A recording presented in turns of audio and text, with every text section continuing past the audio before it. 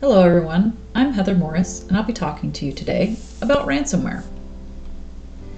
In this presentation, I'll be going over what ransomware is, the different types of ransomware, what some of the common methods of infection are, what you can do to minimize the risk of infection, and the steps for recovering from a ransomware infection. Ransomware is a type of malware that's been around since the late 1980s. In recent years, it has surpassed other types of attacks and breaches in scope and severity, becoming more sophisticated and easier to launch. Toolkits that automate attacks are readily available on the dark web for relatively low cost, making it easy for an average user to get and use without much technical knowledge.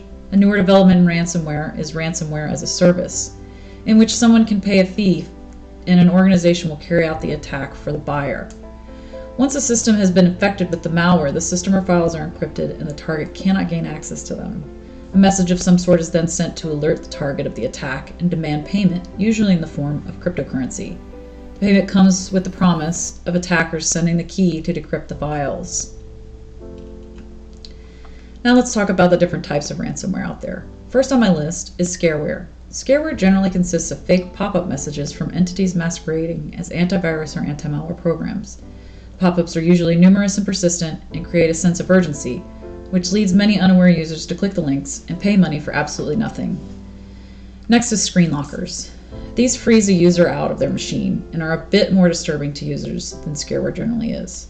Attackers use a window that covers the entire monitor screen, which then displays an official-looking seal from a government organization like the FBI or U.S. Department of Justice.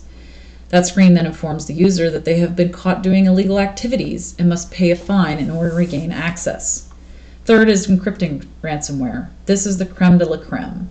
This type of ransomware is potentially most damaging because an organization's files are encrypted and cannot be accessed. No security software or system restore will allow an organization to regain their files. If the organization pays the ransom, they might get their files back, but there is no guarantee. Now let's talk about common methods of infection.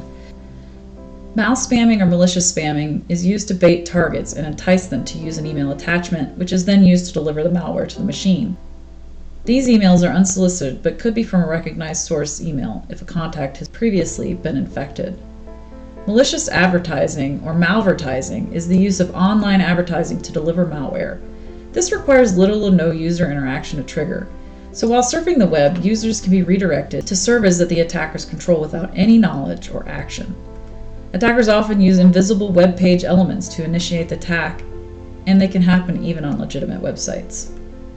The use of spear phishing is more targeted than general spam and email phishing and is usually sent out to an organization from an official-looking sender. It usually contains an attachment or link with an explanation that an executive or maybe a high-level manager is directing the user to open or go to. An example would be the HR department requiring the user to download and read a new policy, which is attached, or click a link to a company survey. Whaling can also be used here, as it is a form of spear phishing, but targeted towards high-level decision makers within an organization like a CEO or some other executive. All of the above generally contain some sort of social engineering, since the attackers try to make the emails, attachments, and links appear legitimate. Typical FBI or Department of Justice seal and warning, often used in scareware, are a great example of social engineering. Attackers take advantage of security weaknesses in popular programs to gain access to deploy ransomware on target systems. So how do you minimize the risk of infection? Well, the number one way to help prevent ransomware infection and attacks is to educate end user. Education on how to spot phishing attacks, how to create good passwords, and also manage those passwords, and what to do if they see something suspicious in their email or on their system. Administrators should also set and enforce strict password policies, including strong passwords and also multi-factor authentication. All devices on the network, such as servers, switches, routers, PCs, and laptops, should be patched and fully up to date. Security patches and fixes should also be applied to minimize the attack surface. Backups need to be set to run on a schedule. They need to be tested and stored in multiple locations. They should be immutable, meaning that they're not subject to change. Because of this, they cannot be encrypted to lock out access. The use of cybersecurity technologies can help secure a network and its assets by limiting or eliminating security gaps. The deployment of firewalls, antivirus and anti-malware protection, and intrusion detection or prevention systems can reduce exposure to threats. Review and practice incident response plans to prepare for if and when an attack occurs.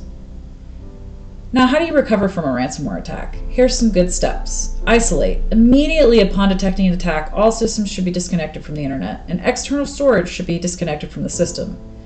Disconnecting helps to contain the damage by preventing it from spreading to backups on external drives or cloud storage, with the added benefit of keeping the malware from sending information back to the attacker. Next, run cybersecurity tools to identify and fully remove the ransomware and all of its components. Once those scans and removal are complete, verify that the system is fully clean, because if it's not, the attack could begin again. Restore data from known good backups to bring the system back online and return to service. To conclude my presentation on ransomware, this slide shows some statistics about ransomware and its gaining popularity and widespread use. One of the main reasons ransomware has had such large growth in popularity is because successful attacks can net attackers large sums of cash. Use cybersecurity best practices and lower the risk of a ransomware attack hitting your organization. Thank you for taking the time to watch my presentation on ransomware. I hope this has been beneficial. Feel free to email me with any questions you might have.